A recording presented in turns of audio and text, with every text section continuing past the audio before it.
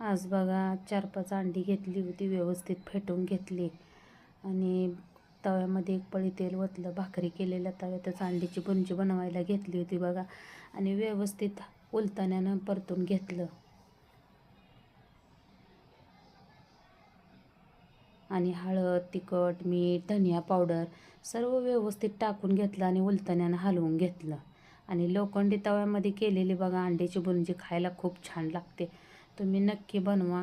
आणि व्यवस्थित फेटून घेतलेली अंडी आता टाकून घेतली आणि उलताण्यानं व्यवस्थित फ्राय करून घेतली बघा गोल आकारा.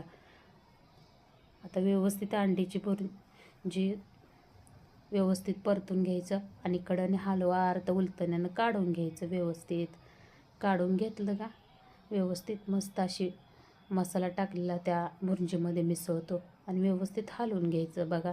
बुर्जी आपली अगदी साध्या सोप्या पद्धतीने बनवून तयार झालेली आहे बघा. ताटामध्ये वाढून घेतलेलं आहे. कशी वाटली अंड्याची बुर्जी नक्की कमेंटमध्ये सांगा. आणि घरामध्ये पसारा साड्या खूप पडल्या होत्या, त्या पण व्यवस्थित घड्या ठेवल्या. बाय, नंतर भेटू पुढील व्हिडिओत.